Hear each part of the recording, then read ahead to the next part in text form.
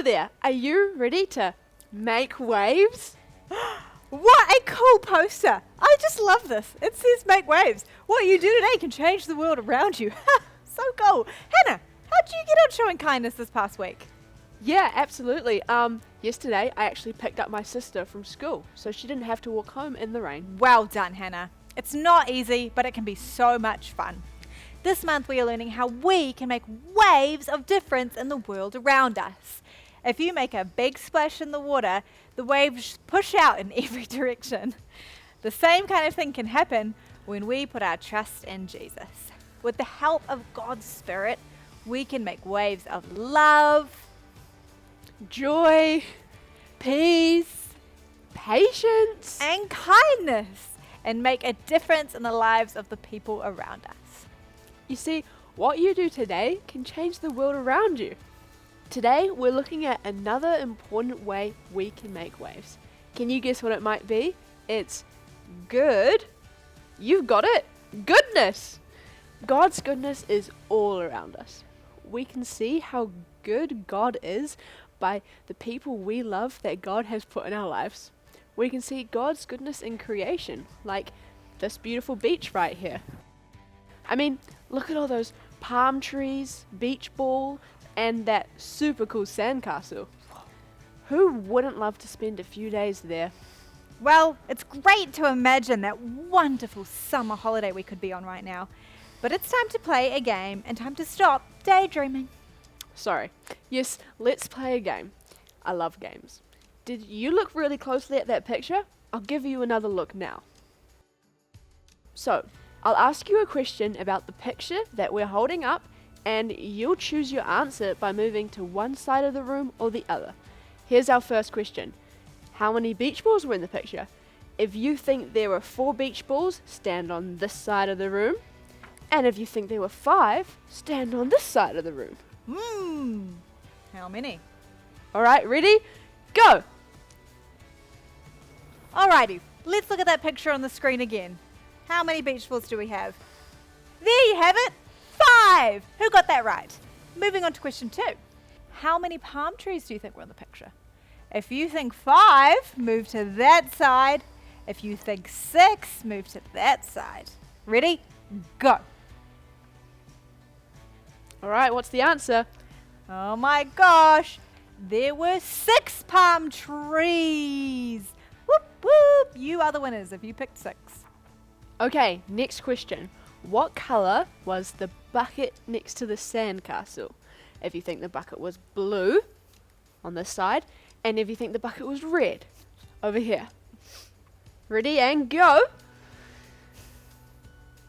Malia, what's the answer? The bucket was blue! Ready for the next question? How many clouds were in the sky of the photo? If you think there were 6 clouds, stand on this side.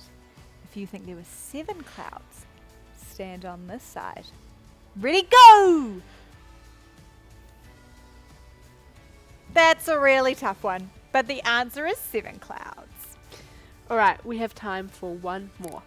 Now, what colour was the surfer's surfboard? If you think it was orange, on this side, or if you think it was yellow, on this side. Off you go. And the surfboard is orange. It is! Looks like that girl is really making some waves. Or at least she's riding on them. It's hard remembering all those details, but you guys did so well. Why don't you high five somebody and say good job? It's noticing the little things that can make a big difference. And I wonder, how do we live each day to show God's goodness to other people? Well, let's hear about what Jesus had to say. Inspired by the book of Matthew, chapter 5, verses 14 through 16. Hey, have you ever heard the phrase dark as night? When we talk about darkness, we usually just mean dim light. At nighttime, there's a nightlight by your bed, a hall light on somewhere. Maybe a light over the kitchen sink when you get a drink. If you step outside at night, there's a porch light. Street lights probably mark the way through your neighborhood. And if you live in or near a city, the sky itself glows at night. Even if the power goes out, there's always a flashlight or phone light handy. But now, I want you to think about a time before electricity, the time when Jesus walked the earth. The sun is slowly setting. It dips closer and closer to the horizon. And then suddenly, it's dark. Really dark. Deep pitch black. So dark, you can't even see your own fingers wiggling in front of your face. There's no light switch to flip. But if you're prepared, you can light a lamp. Whoa, that's better. Oh, in Jesus' time, many homes had small lamps like these that burned oil drawn up through the wick. Now, you can't get much done around the house holding an open flame in one hand, so in the main room of these houses, you would find a lampstand. Now the whole room is lit up not just for you, but for everyone else. Imagine in the same way you have several houses. A town, each home lighting a lamp one by one. Soon, that whole city glows with light. And if that city is high up on a hill, it becomes a bright beacon of light for travelers caught out in the dark night.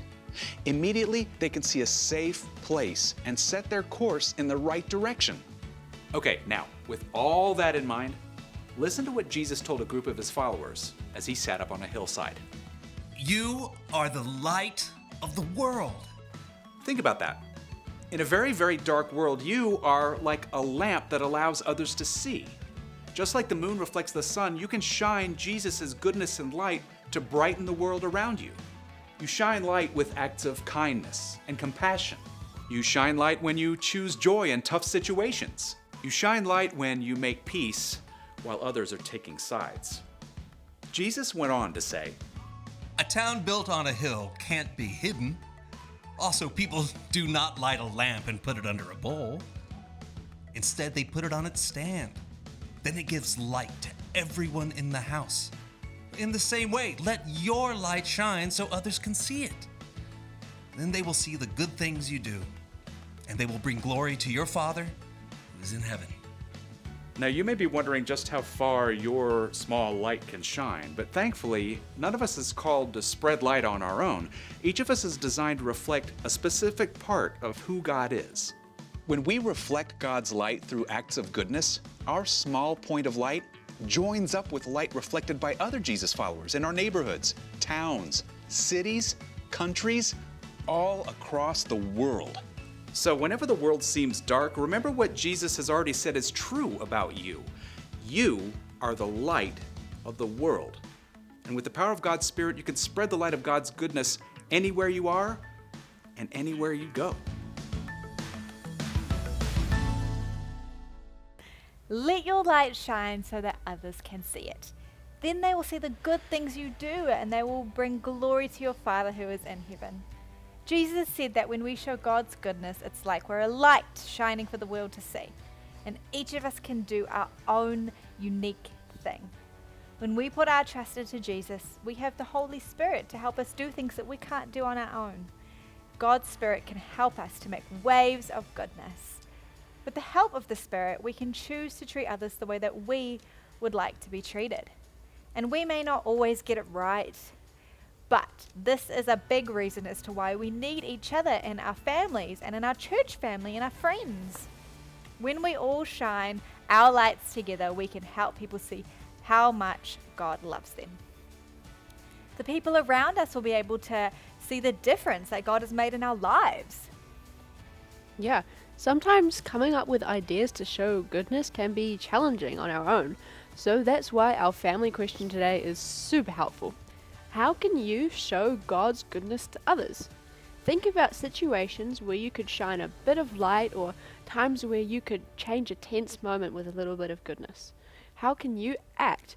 What things could you say, or what things could you do to show God's goodness? Why don't you sit down with mum, dad, or the adult that you're with and brainstorm ideas together? Even grab a piece of paper to write your ideas down.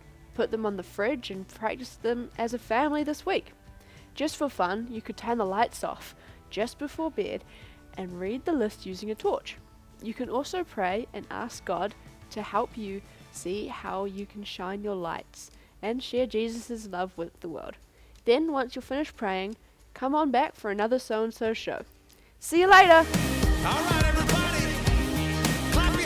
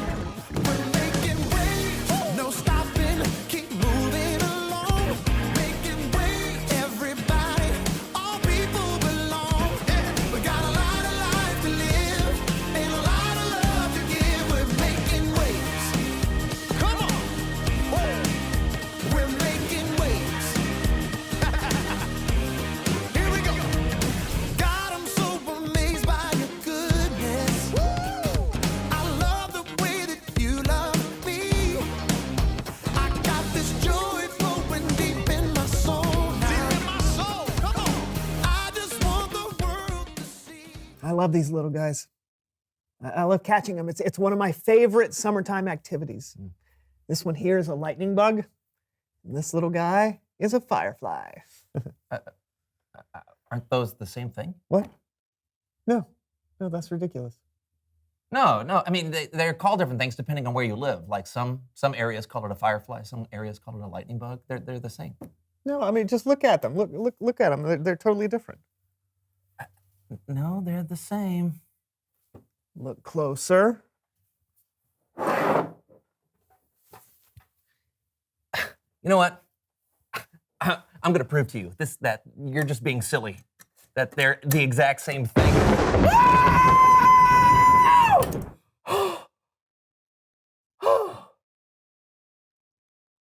Lightning bug? Lightning bug. Are you sure you want to do that? I must know.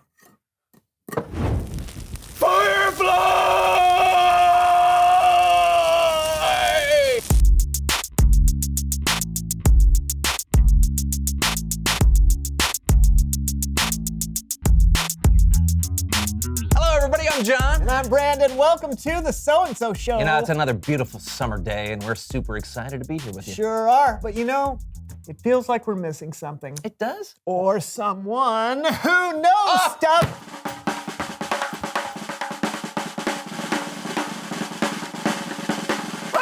Hey, it's Leonard. Welcome back. Yeah. Hey. So good to have you. Good. What? It smells like cottage cheese in here. You guys eating some? No. No? So Leonard, for anyone who hasn't met you yet, why don't you tell us who you are and what you know? I am Leonard Fortescue, and I am a professional metal detectorist. I forage the sandy beaches of the world with my trusty metal detector here, Camilla. You find anything good lately? Are you kidding me? The sea turtles ride on the back of dolphins? No. Well, of course they do. What do you think dolphins got those fins for? So they can grab a hold, and go through the waves. Whoa! Yeah. Okay. Okay, so what did you find that was so good lately? Oh, well, the other day, I was doing what I usually do, just scanning and scanning. When this big old wave came up and went a howl, got my socks all wet. So I decided to move a little higher up the beach. When all of a sudden this family of seagulls came and they started attacking me, they were after my crackers. But then I got a little further up the beach, and let me show you what I found. I found this family heirloom. I think it's... Look at that. Whoa. Jewelry. Whoa, is that a real ring? Well, of course it's real. Can't you see it? Look at that. Yeah. You're gonna sell it? Did you not hear me? I just said it was a family heirloom. Can't sell that. It belongs to somebody. Oh, well, that's really good of you, Leonard. Yeah. Well, thanks. How are you gonna find out who it belongs to? Well, it's easy. Watch this. Hey, people watching! If you're watching the show and you've ever lost anything, call the show right now, because maybe I found it and I can give it back to you. Call the show. How can they call the show? We don't even have a phone here. Yeah. What? Where did that come from? Howdy ho! How are you? Leonard and Camilla speaking. What'd you lose? Uh-huh. Oh, describe it for me. Oh, yeah, I got that. Hang on. Let's see here. One partially chewed pack of chewing gum. Yeah, with 2 pieces missing out. That sound like you? Perfect. Let me get it back to you. I'll meet you tomorrow where old man Murray sells the seashells. All right, hey, see you later. There's nothing that gives you that warm, fuzzy feeling than reuniting a man with his gum. Are you telling me that... You're in the hot seat. What'd you lose? Uh-huh. Oh, yeah. Hang on. That sounds familiar. Here, hold this for a second. Oh, okay. I got that. Yeah. Oh, hey. I got Mr. Twinkle Pinkle right here. Where you want to meet? London, England. Hey, how about I pop him in the mail? How's that? It's a deal, Neil. Glad I can help. So, yeah, right. Yeah. So, Leonard, do you always give back the stuff that you find? Well, when I can, sure, because it's not mine. It doesn't belong to me. Plus, I know what it's like to lose something, So, you know, I like helping people find what they've lost. Seems like the right thing to do. Oh, wow, you really are an inspiration for good, Yeah. Leonard. Hey, well, don't leave out Camilla. She's the one doing all the finding. Yes. You gotta give her a little pat. She likes that. Yeah, Camilla too. Hello, this is Leonard. Uh-huh. Uh-huh. Oh. Is it about the family the heirloom? Uh-huh. Oh, okay. I don't think I found that yet, but I'll keep looking, okay? All right, bye now. Well, what did they lose? Nothing. They didn't say anything. I think they may have lost their voice. You haven't found a voice around here anywhere, have you? I don't think that's how lost voices work. Oh, I hear it. I'm coming for you, boys.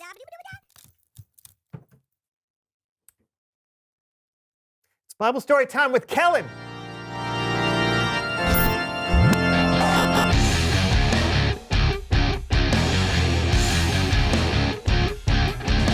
Kellen! Hey, friends. Hey, what do you got for us today, Kellen? Oh, nothing too heavy. It's a pretty light message. That'll make more sense after you've heard the story. It's about light. It's a light message. Let's take a look. Jesus was an amazing teacher, so crowds of people followed him around to hear him teach. On one of those days, Jesus taught the people from the side of a mountain. What he said that day wasn't just for them, but it was for us too, who listen to him now. Jesus said, "You are the light of the world." What do you think about when you hear light of the world? Well, maybe you think about this. The sun shining over everything, literally bringing light to the entire planet. But Jesus said, you are the light of the world. Wonder what that means. How are you and me a light? Jesus went on. A town built on a hill can't be hidden. First, Jesus was talking about light, but then he made people think of a different picture, one of a town built on a hill. And Jesus was right. If you lived in a town like that, it wouldn't be hidden. People would see it from miles away. So what do light and a town on a hill have in common? Well, they're both easy to see. They're out in the open. Then Jesus said, also, people do not light a lamp and put it under a bowl. Instead, they put it on its stand. Then it gives light to everyone in the house. You wouldn't turn on a lamp and then put it under a bowl. If you did that, you'd be in the dark. The lamp wouldn't be able to do what it was made to do. So, if I'm a light and you're a light, what does that mean that we were made to do? Jesus says this, in the same way, let your light shine so others can see it. Then they will see the good things you do.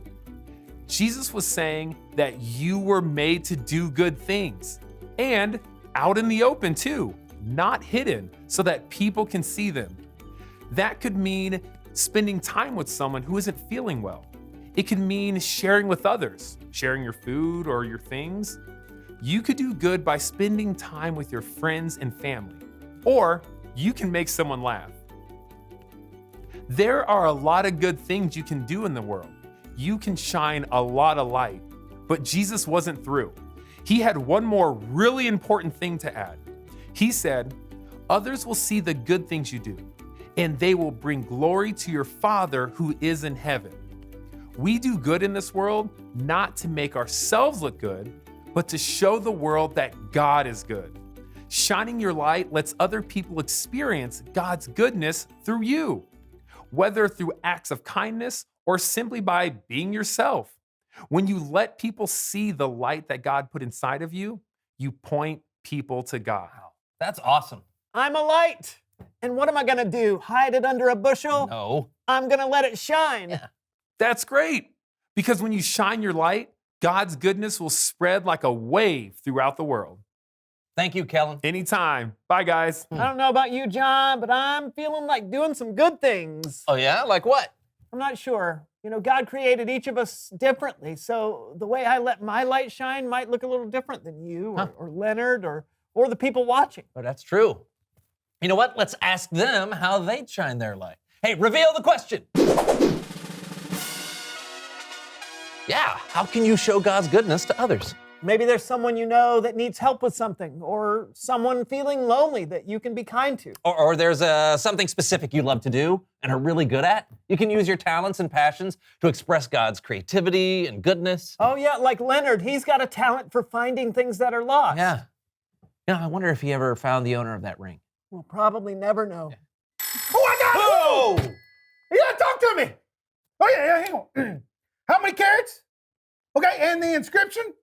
With warmest affection, Engelbert V. Smith IV. Well, that's it! Hey, we got a winner! Okay, Mrs. Smith, where would you want me to meet you? All right, thanks for watching, everybody. I'm Brandon. And I'm John. Oh, that was the so-and-so show. Give us a call sometime. Bye! No, we don't need to. I found this honeydew. What? It's a cantaloupe. Yeah, Cantaloupe. cantaloupe. It is a cantaloupe? Yeah, I think so. Yeah. It's not a honeydew? No. I got these coins. So if you lost these coins and you're from the year 1723, then please call the show. Ah, look at this cat. It's kind of scary. Look at that. It's got a squished face. I think it ran